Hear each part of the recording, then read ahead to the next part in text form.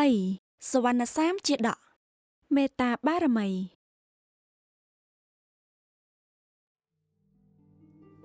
ដំណើរជីវិតដ៏សាមញ្ញរបស់សុវណ្ណសាម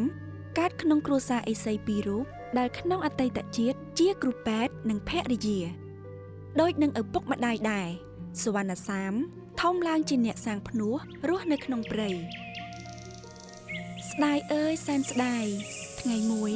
ឪពុកម្ដាយរបស់សុវណ្ណសាមត្រូវពិការភ្នែកទាំងសងខាងដោយសារពស់អសិរពិសមួយក្បាលហើយសុវណ្ណសាមគ្មានជំរើសអ្វីក្រៅពីបោះបង់ចោលគ្រប់យ៉ាងហើយលះបង់កាយចិត្តមើលថែឪពុកម្ដាយសុវណ្ណសាមតែងនៅជាមួយឪពុកម្ដាយគ្រប់ទីកន្លែងថ្ងៃមួយ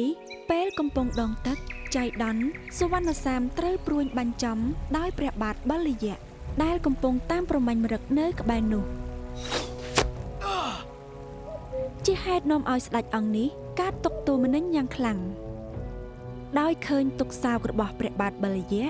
និងព្រួយបារម្ភអំពីជោគវាសនារបស់សុវណ្ណសាមនិងឪពុកម្ដាយទេពធីតាពហុសុន្ធរីដែលជាមាតារបស់សុវណ្ណសាមកាលពីអតីតជាតិមានសេចក្តីអាណិតអាសូរព្រះពហុសុន្ធរីបានប្រោសភ្នែកឪពុកម្ដាយរបស់សុវណ្ណសាមឲ្យភ្លឺឡើងវិញនិងបានប្រោសសុវណ្ណសាមឲ្យជាពីរបួសផងដែរ